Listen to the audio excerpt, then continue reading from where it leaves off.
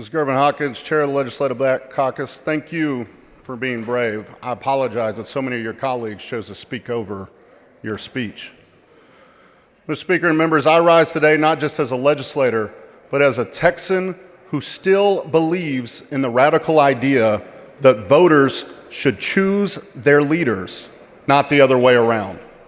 This bill, House Bill 4, betrays that idea. House Bill 4 is not about representation. It is not about fairness. It is a desperate, mid-decade power grab engineered in Washington, executed in Austin, and paid for by the Texans we are supposed to represent. Let me be clear. This is Donald Trump's map.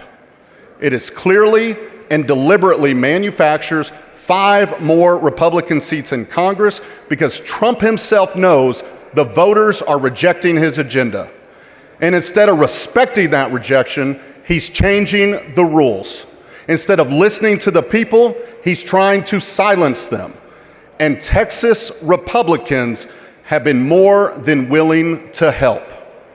So let's talk about what House Bill 4 really does. It punishes my community of Austin, one of the most diverse, fastest growing, and engaged cities in America, by carving it up and pitting 2 progressive champions, Congressman Doggett and Kassar, into the same district. It dilutes the voting power of Black, Latino, and AAPI Texans, communities that have fueled our state's growth and are entitled to a voice in its future.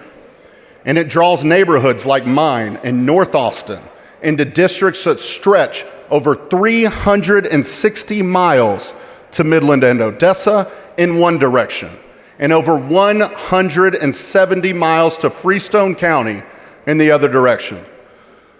Chairman Hunter, that's over 500 miles apart. That's not compact, that's corrupt. It is shameful, it is dangerous, and it sets a precedent that should terrify every single American. If you want to know the state of our democracy, look no further than this House floor.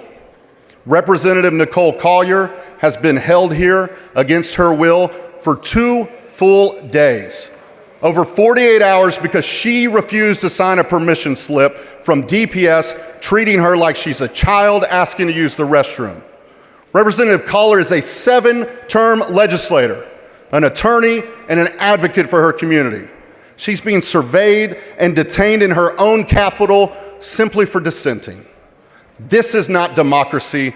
This is authoritarianism in real time. Republicans are going to try and convince you that this is the will of the people. But if the people agreed with them, why do they need to cheat to win? Why did they try to ram this through without any public testimony on this map? Why did they hold a duly elected representative prisoner? Why did they use flood victims as a political bargaining chip? I'll tell you why. Because they're scared. They're not scared of me. They're not scared of our caucus, but they are scared of the people. They're scared because they know the people are tired of their lies. They're scared because they know the people are rejecting their policies. And they are desperate to pass these maps because it's their last chance to cling to power, and they know if they don't, they will lose in the 2026 midterms. So let me end where I began. I still believe in the Republic. I still believe in this House. I still believe that democracy is worth fighting for. That's why I broke quorum. That's why I stand here today. And that's why I will vote no on this racist bill.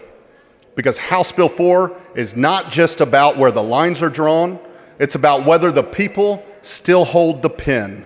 And I think they should. Thank you, Mr. Speaker.